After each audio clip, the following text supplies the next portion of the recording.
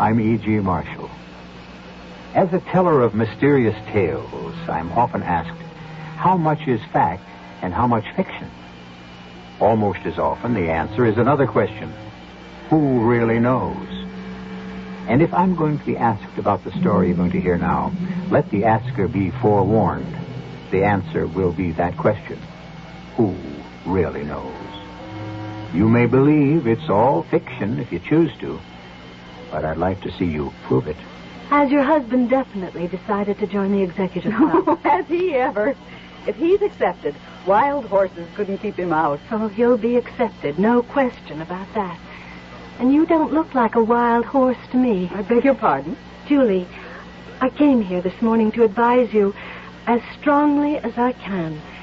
If you have it in your power, by any means whatever, keep your husband out of the executive club. I see. No, you don't see.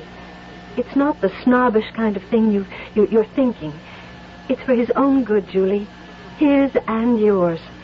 You'll be sorry for the rest of your life if you let him join that club.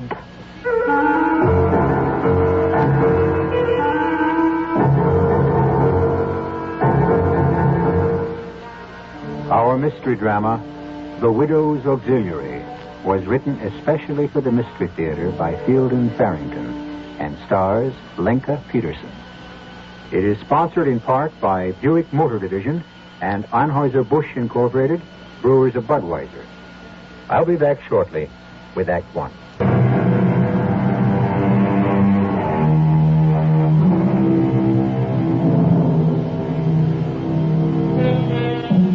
There are special days in everyone's life. Sad days, days of elation, ordeal, decision. In short, pivotal days. Carl Sims has awakened to such a day.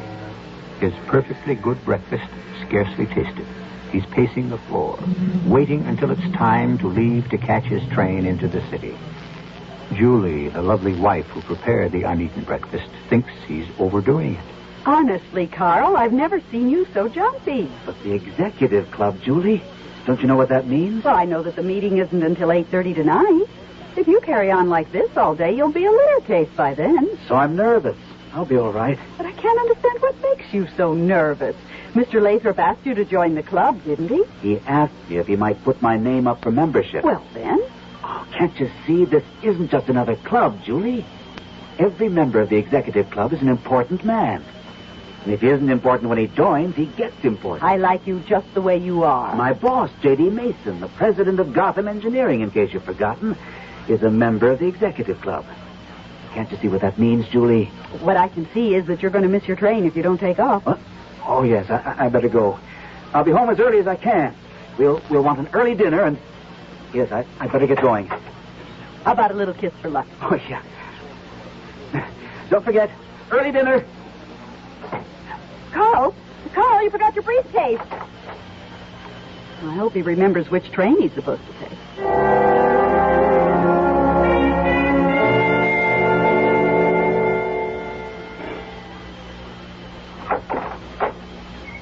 Good morning. You're Julie Sims, aren't you? Yes. I'm Rose Lathrop. I hope you don't mind my barging in like this without any notice or anything. Oh, of course not. Come in. Thank you. I know it's outrageously early, but I wanted to be sure to catch you before you went out or something. It's perfectly all right. Won't you sit down? Are you Mrs. Alfred Lathrop? Your husband's the executive club man? That's right.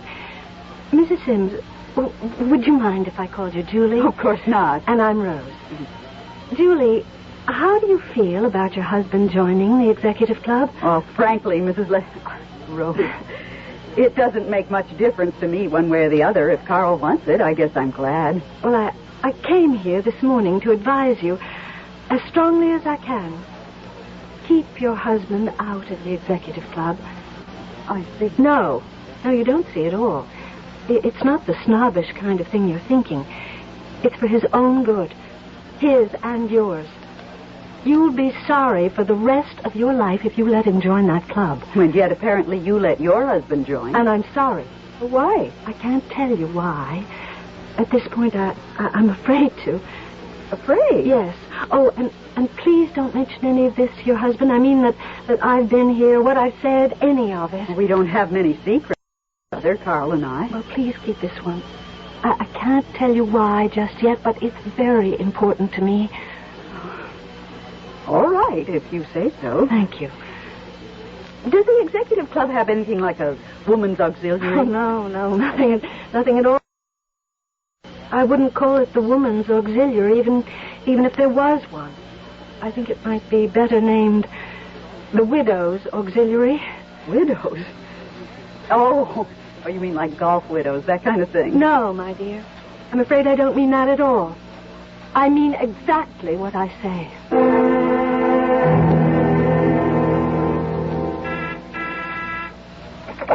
Yes, Clara, what is it? Mr. Lathrop is here to see you, Mr. Mason. Oh, all right, Clara. Send him in, please. Not interrupting anything, am I, J.D.? No, not at all, Alfred. Sit down. I've been wanting to talk to you anyway about our man Sims. Carl Sims, yes. I'm putting him up for membership in the club tonight, you know. Yes. You won't be sorry. I really think he'll work out well. Tractable. Knows how to handle himself. I think I'll put him in charge of Project Overlook if he passes muster tonight. Fine.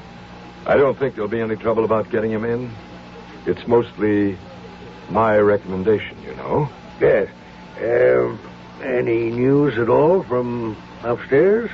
Myra 7? I don't think it's wise to use that name even here, though I'm sure you're not bugged. No, I have not been in touch with upstairs. Not for a couple of weeks now. Well, I'm just wondering what they think of our progress on Project Overlook. We've been working hard. His Excellency has been alerted that I'll be requesting an audience tonight.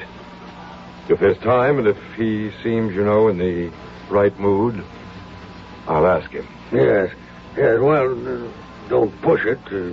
Tell him, if you want to, that I absolutely endorse Carl Sims. It might make a difference. I'll tell him if I get the chance. But he makes up his own mind. You know that. Oh, yes, as he should. As he should.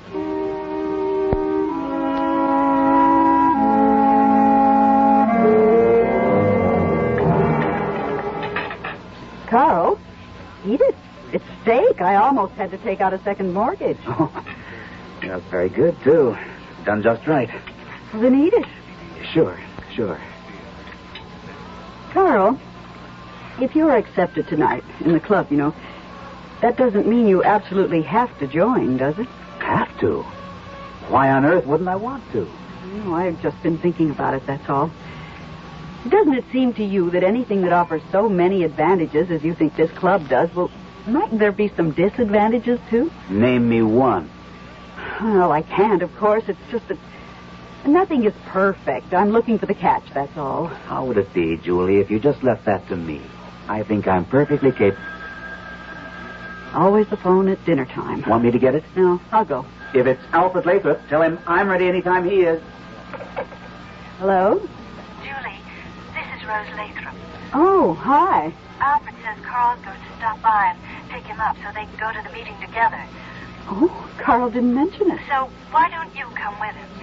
The two of us can sit here together and wait out the decision. Oh, that's very sweet of you. Yes, I'd like to. Good. Is Carl still... Determined? Yes. Yes. That's the way it goes. Okay. See you later. Was that Lathrop? Is he ready to go? No, it was his wife. She suggested that I drive over with you, and the two of us wait at her house till the meeting's over. Hey, that's terrific. Yes, that was very thoughtful of her. Well, I don't mean that. What I mean is, if she did that, then Lathrop must be pretty sure I'm going to get in. He wouldn't go out on a limb like that if he weren't pretty sure.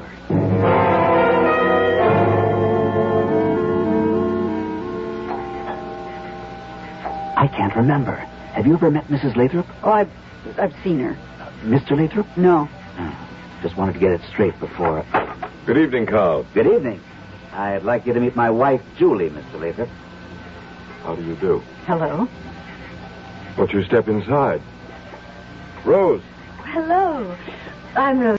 Mr. and Mrs. Sims, Rose. How nice to meet you. Carl, How would you like to walk over to the club? It's only a few blocks. Sure, fine with me. It's a big thing with us at the club. Keep the body fit. It has a brain to serve. We won't be late, Rose. See you later, Julie. I'll call you as soon as I know anything. Okay. Good luck. Good luck. Not a chance, Julie.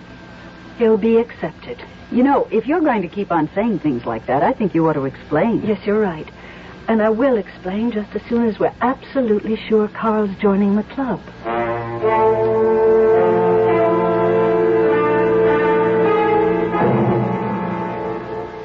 I think you've met all the members now, Carl. What do you think of us? I'm impressed. Very distinguished and yet very friendly. Fine group of men, Carl.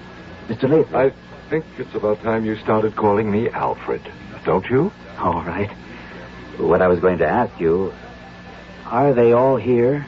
I expected a much larger group. Oh, we're a very exclusive club, Carl. Yes, they're all here. All, that is, except your boss, J.D. Mason. I was wondering about that. Oh, he had to go to Chicago tonight. He called me around 7:30, gave me his proxy for tonight's meeting, and that's 2 you can count on.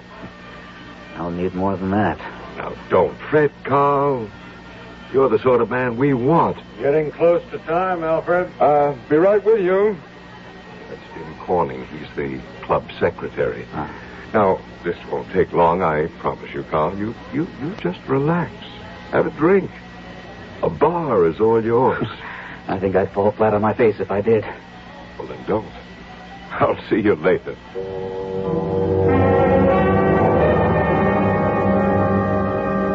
You know, I'm really taking a terrible chance with you, Julie. What do you mean? Well, I've done this twice before. I had this kind of talk with 2 other women when their husbands joined the club. Didn't get me anywhere, but at least I didn't get hurt. Hurt? How could you get hurt? They might have told their husbands. Their husbands would certainly have told Alfred. Oh, I could have been hurt, all right. You know, honestly, you're frightening me. I'm sorry. As soon as we hear from Alfred or Carla, I'll tell you the whole thing. Not that you'll be any less frightened when you hear it.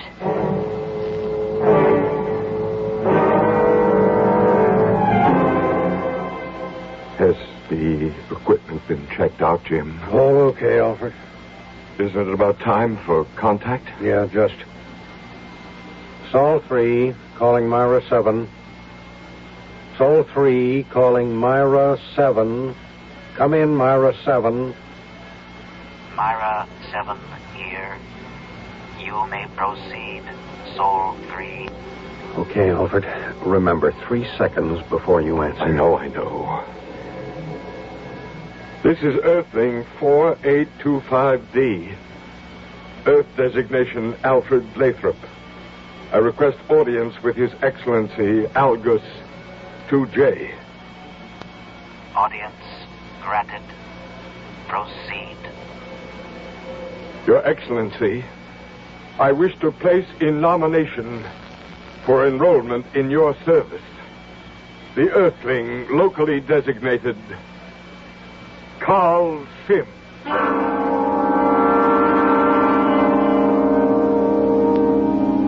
Communication with another planet? Another planetary system altogether? From a scientific standpoint, it's not impossible. We can bounce messages off satellites and send them halfway around the Earth without distortion. What if we didn't bounce them off a satellite, just sent them on out? Wouldn't they simply continue on through space until they found a receiver? I shall return shortly with Act 2.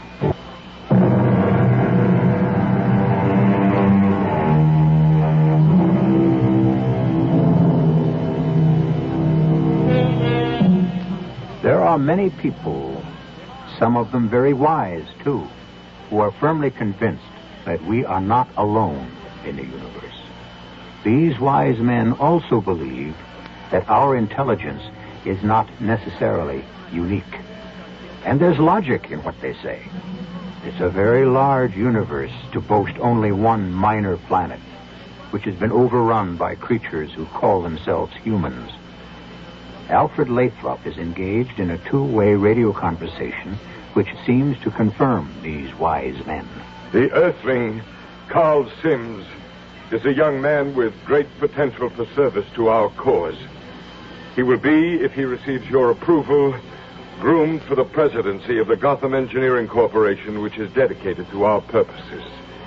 He has the endorsement of Earthling 4164B, birth designation J.D. Mason, who is now president and will soon become chairman of the board of Gotham.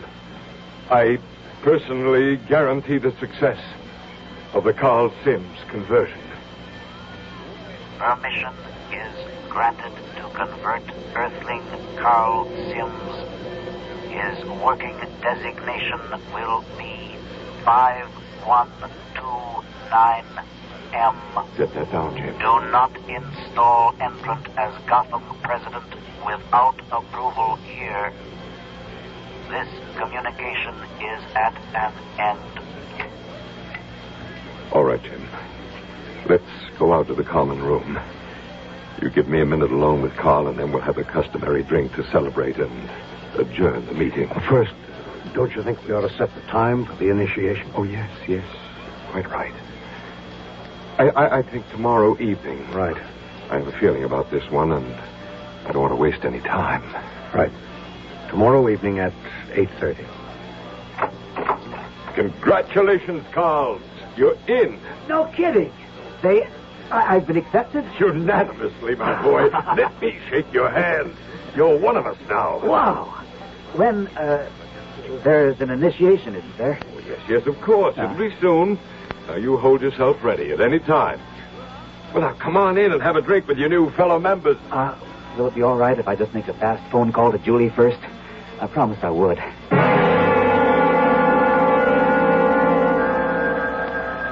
That's it. That must be Carl. Do you want to answer it? If you don't mind. Hello? Is that you, Julie? Yes, Carl. What happened? I'm in, Julie. It was unanimous. I'm a member. I can't believe it. I'm a member of the executive club. Congratulations. As long as that's what you want. Is that all you have to say? I said congratulations. Will you and Mr. Lathrop be home soon? I can't stand all this enthusiasm. Yes, we're just going to have a drink and then leave. 20 minutes or so. All right. I'm sorry. Oh, forget it. See you later. Okay. He's been accepted? Unanimously. Well, we did expect it, didn't we? I poured you a brandy. You're going to need it. Thanks. I hope now you'll tell me what this is all about. Well, they're all robots. What did you say? Alfred and all the rest of them, every member of the executive club, they're all robots. Oh, come on, Rose. I know how it must sound when I just hit you with it. I've had years to grow accustomed to it. As accustomed as you can get. But there isn't any such thing as robots, Rose. I mean, not that look and talk and act like people. There just isn't any such thing. Androids. Robots. I don't know whether there's a proper word for them or not. Former people. Whatever you call them, they're not human anymore. I just can't believe. They're controlled by something alien. Alien? I mean, not of this earth. Oh, it's too much. You know that, don't you? Oh, it's too much, all right. That doesn't keep it from being true. Alfred is one of the charter members of the executive club. I have been living with a robot for, I guess almost 12 years now. Well, let's say it's true. Why do you live with him? Well, what would you suggest? Divorce? Your Honor, on the grounds that my husband is a robot. He'd have me in a straitjacket in no time. Oh, so sorry. Well, let's try not to let it happen to you. As I said, they're controlled by something alien, something not only not of this earth, but I'm convinced not even on it. And they're all very, very important men. I'm sure your husband has mentioned that. Yes, he keeps on and on about it. They're powerful. They're rich and powerful, and they use their power, all their resources, to further the designs of the aliens who control them. I don't know exactly what their purpose is, those alien creatures and their robot lackeys, but it's against us, Julie. It's against the people of this earth. I'm trying, Rose. Honestly, I'm trying, but you don't know how all this sounds. I've lived with it for years, and I'm still as horrified as you are. Now listen to the rest of it, and then decide whether or not you can believe it. All right, go on. Well, this isn't the only club. There are at least a dozen of them around this country. They work in all different areas: industry, finance, politics, science, the arts. I don't know what all, but they cooperate like parts of a single machine. And maybe that's what they are. Sooner or later, they're going to take over. Take over what? Us. Everybody, everything. The earth. Does anybody else suspect all this? Any of the other wives? I don't know. Some of them must, surely. I've been afraid to approach them. Afraid? Why? Well, if the men, including Alfred, oh, God, including Alfred, if they considered me a threat, I'm convinced they'd simply eliminate me. Rose. Like a shot, without a scruple. Do you actually know all this? I mean, is it just a suspicion you have? I know. Take my word for it, I know.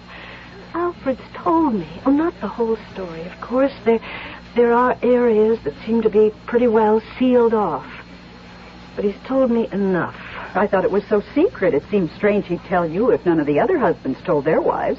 I know how to make him talk, that's all. I figured out a way to short-circuit his computer. Computer? The thing they put where his brain used to be.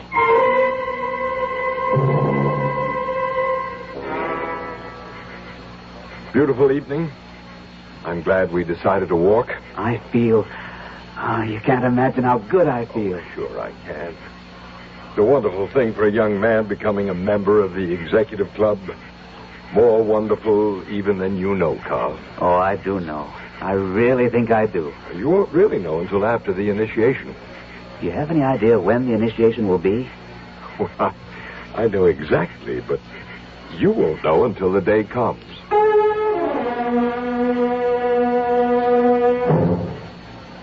So, you know as much as I do now. Julie, what do you think? To tell you the truth, I just plain don't know what to think. Oh, it's a pretty fantastic story. Too fantastic for me to have made up. Oh, I don't think you're lying. Unless you believe me, you have to think I'm deranged. Those are the alternatives. I think I believe you.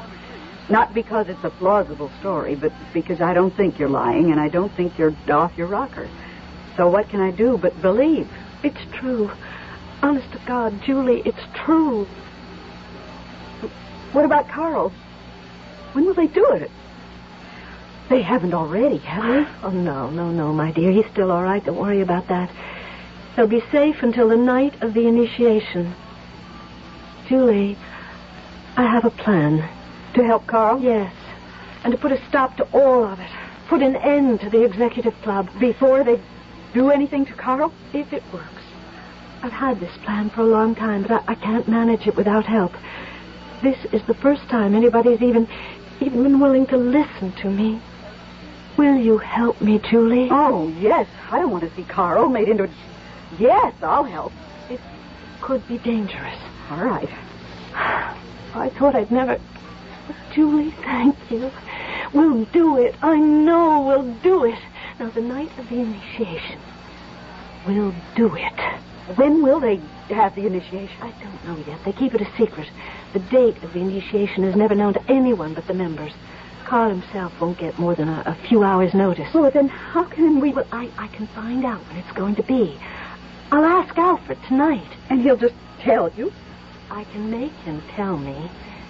See, the minds are computers, Julie. If you overload them, they get confused. And when they're confused, their inhibitors, or whatever you want to call them, they simply stop functioning. You can get most anything out of them. I've learned the technique very well.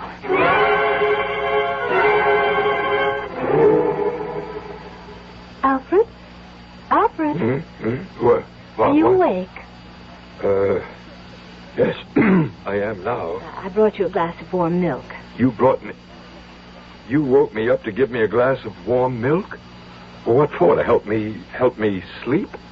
Well, that's crazy. Well, you were tossing and turning and muttering and talking. Talking? In my sleep? Yes.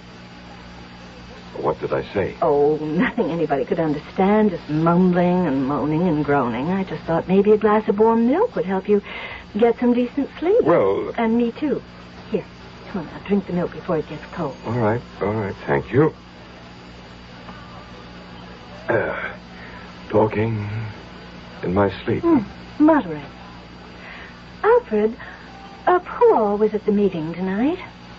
Well, you know, Carl Sims and the members. All but J.D. Mason. He couldn't... Did you remember to call the plumber about the kitchen drain today? The plumber? Why, I thought you were going... Oh, well, those kids next door have been running through our yard, Alfred, and my zinnias are just a mess. I think you ought to go over and have a talk with Mr. Torrance about it. Well, Mr. Torrance can hardly be expected to do anything about our kitchen drain after... But the kids... Oh, Alfred, have you heard from that cousin of yours out in Wyoming who was going to have the operation? Alice? Well, she doesn't have any kids, and even if she did, they wouldn't be running through our yard messing up your face. Alfred, are you going to write that check to the cancer fund, or did you want me to do it? Cancer? No. Alice's operation was for gallstones. I think it was gallstones. Alfred, I saw the most beautiful pantsuit at Randall's today. Would you mind if I bought it? Wait a minute. Wait a minute. Alice doesn't wear, and if she did... Did you remember to have your driver's license renewed? Now, I know it runs out either this month or next. You shouldn't neglect things like that. Listen, Alice, I mean Rose, and if she wants to wear a pantsuit, I don't see what business Alfred, when is Carl Sims going to be initiated into the club? And the Torrance children are too young to drive anyway, so why should I go over there? When is Carl Sims going to be initiated and into the And club? as far as the kitchen sink is concerned, Alice, I mean Rose... When is Carl Sims going to be initiated into the club? Tomorrow night. Meeting 8:30. Finish your milk, Alfred. You must be sleepy.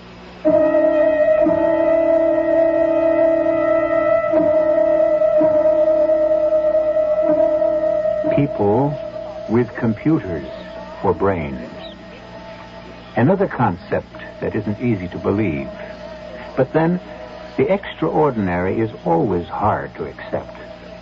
The radio on which you're listening to this story was once considered some mad inventor's dream. So was the bright little bulb in the lamp at your elbow. So, here we have a mechanized brain housed in a human body. Don't call it totally beyond the realm of possibility before you hear what happens when I return shortly with Act 3. Public.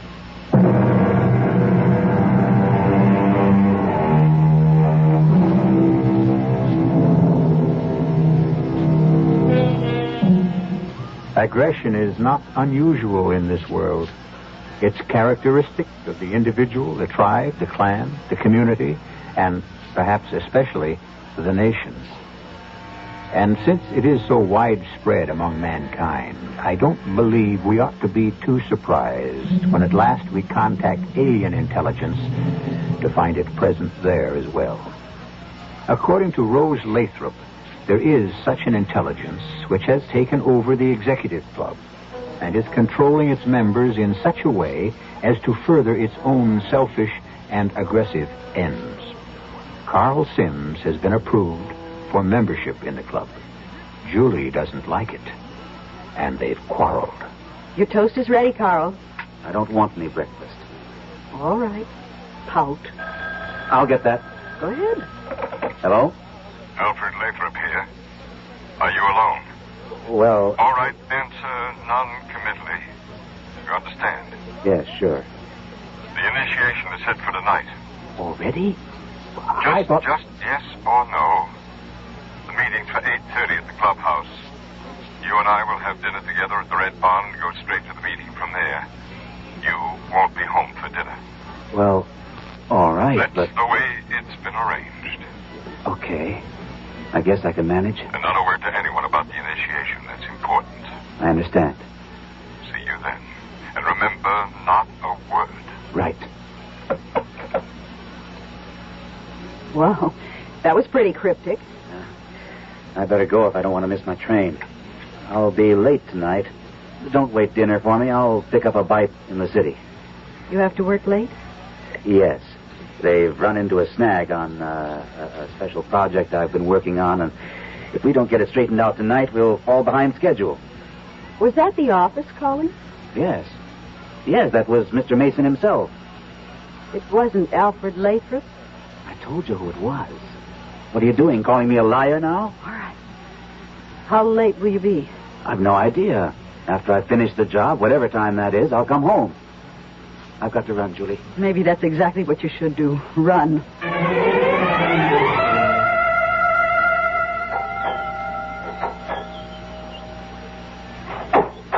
Oh, Julie, come in. Rose, Carl got a phone call just before he left for the office, and it was just a yes or no conversation from his end, and I think the initiation's going to be tonight. Yes, you're right. Sit down, Julie.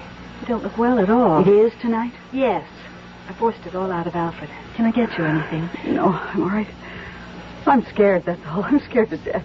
I think it's going to be all right. Now, he and Alfred will have dinner somewhere and then go to the meeting. What are we going to do? I told you. I have a plan. For tonight? Will it work tonight? As well as any other night. It's a very simple plan, really. The timing is pretty delicate, of course, but I'll take care of that. Here's what we have to do.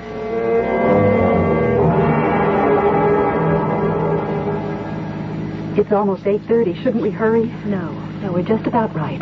They won't go into the inner room until a few minutes past 8:30. We don't want to get there until after that. The inner room? Is that where the initiation...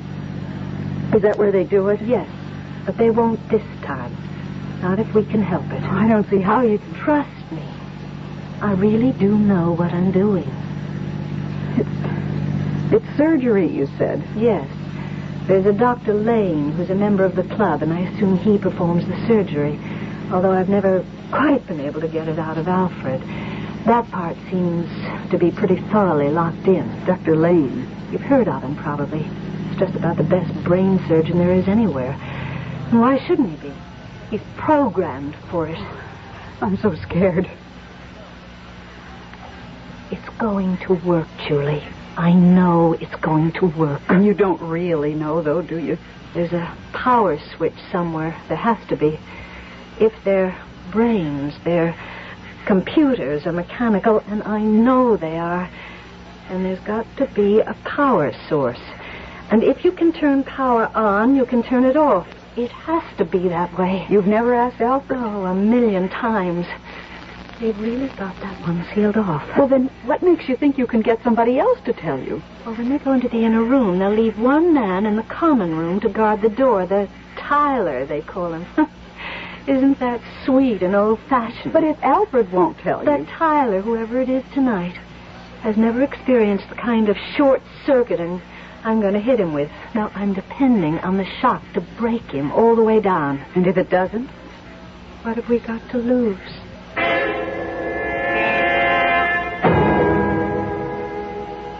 Now, Carl, we're almost ready to go into the inner room where the initiation will take place. Takes me back to my college days. Except that there's nothing frivolous about this. Will one of you men hang up his shirt and jacket, please? All right, Carl. Sit here. Okay. I thought it was going to be in the inner room. That part comes later. Ready, Jim? All ready. Go ahead. Ouch! Oh, what was that? He stuck a needle in my arm. Nothing to be concerned about, Carl. You're too tense. You need to relax. That was just a mild tranquilizer. It's going to relax you, make you feel sleepy. Very contented and at peace with the world. You are getting sleepy, aren't you? See? Your eyes are closing, and it feels so good just to rest and let the tension drain out of you. And sleep. Rest. relax, rest, and sleep. Carl? Yes. Do whatever I tell you to do. But only what I tell you. Do you understand that? I do what you tell me to do. But only what you tell me to do. The executive club which you have the honor of joining this evening is controlled by a civilization which is ages older and infinitely more advanced than what we call civilization here on Earth. The beings who make up that civilization are our masters. They live on the 7th planet of a star known to Earthlings as Myra. They're in urgent need of our mineral and other resources. We serve them. They are our masters. We have been, as you will be tonight, partially mechanized, the better to serve them in all things. Eventually, all Earth people will be their servants. To us has been granted the privilege of pioneering in this. Is that all clear to you, Carl? Yes. Clear. All right. Is Dr. Lane ready, Jim? All set. He's waiting. I'll stay out here. I drew Tyler duty tonight. You will come with me now, Carl. Into the inner room.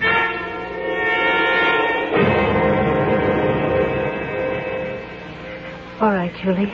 Let's go inside. I thought you said there was going to be a doorman at whatever you called him. Tyler. No, this door goes into the common room. He'll be guarding the door between the common and the inner room. Are you ready? Ready as I can get. Who's that? Oh, just us, Mr. It's Jim Corning, isn't it? Mrs. Lathrop? Well, you're not supposed to be in here, you know. Oh, this is Julie Sims. Her husband is being initiated this evening. Well, I'm glad to know you, Mrs. Sims. But you're not supposed to be here either, are you? Oh, well, that's a silly rule. Oh, didn't I hear that your wife was going out to the coast to visit her sister, Jim? Well, the membership always felt... My wife doesn't have a sister. She has a brother. Oh, that must have been Addie Clark. Is it true what I hear that Addie and her husband are on the point of separating? Her brother isn't even married, so... Addie Clark? Well, yes, she's married. Yes, your son, Bobby, was so good in that high school play last spring, Jim. Is he planning to be an actor when he grows up? And I never heard if there was any trouble between Jerry and Addie. And no, Bobby's my son, not Jerry's. I have two sons, Bobby I'll and... bet if your wife's sister was here, she'd start a women's auxiliary. My wife isn't an actor, and the membership has always felt now, that... What's the source of the power that keeps all of you going, Jim? It's just never seemed to be a good idea, a woman's auxiliary, because... What power source do you all use, Jim? And my wife's brother isn't an actor. He's a professor of English. What's your power source, Jim? Solar energy. They showed us Jim, how. What college did you go to? Harvard Law. Did you ever meet Clarence Thorpe? He went there. And before that, Penn State. And I never heard of a Thorpe College. I Your went to... wife's sister married a dentist. My didn't wife's she? brother is... His name isn't Clarence. Where's the switch that turns off the solar energy, His name Jim? is Frank. Or there was a Harry I used to know, but I don't... Where's the solar energy power switch, Jim? But he never belonged to the membership has always felt that... The power switch, Jim. Where is it? Over there. Behind the portrait. Oh, good. Founder. Good. I was afraid it would be in the inner room. Jim, what was the founder's name? He was never married to my wife's sister. She doesn't even have a... Where does Bobby plan to go to college? The founder's name wasn't Bobby. It was something more like... Did you go home for dinner tonight? Bobby's my son. He wouldn't be the founder because he's I'm only... going to get the combination, Julie. Now take it down. I think the founder was older, and anyway, the membership has always What's felt... the combination to the safe, Jim? And besides, Bobby's too young to join the club. You have What's to the be... combination, Jim? And my wife doesn't have a brother. I mean, a sister. Give me the combination, Jim. 36 right, 7 left, 18 right, 30 left. Got it, Julie. Yes, open it. I've got such a headache. I'm sorry, Jim. How's it going, Julie? 18 right. 30 left. Oh, I've got it. It's open. You ladies shouldn't be in here at all because... You see the switch? It's in here. The side wall of the safe. Pull it. But, Rose, your husband... My husband's been dead for years. Cut the switch. I keep telling you ladies that... He's done for. Let's get inside. Damn them. They've locked the door. Rose, it's opening. Carl! They were going to... My head... They were going to... Catch him! They gave me a shot. It was... I'll be all right now. They're all finished. All of them. Alfred, too? Years ago. I've already done my grieving. Are they dead? They're turned off. Like a vacuum when you've finished with it. Did they... They didn't do anything to you, did they, Carl? No, but they were going to. They were going to. All right. This is cleaned up. All we have to worry about now is the dozen or so other clubs scattered around the country. I hope my list is complete.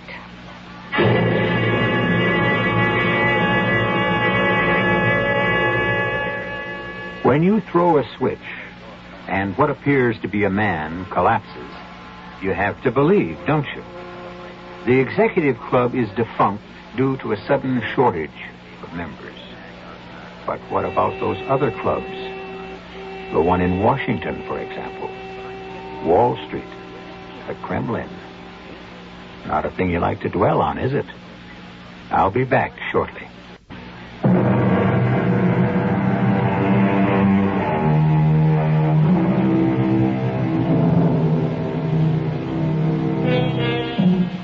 Carl Sims now has his own firm of engineering consultants. Gotham Engineering is out of business. And although Carl isn't quite the important man he once thought he might become, he's not unimportant.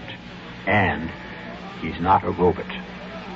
This gives both him and Julie a great deal of comfort, although they do have memories to shudder over.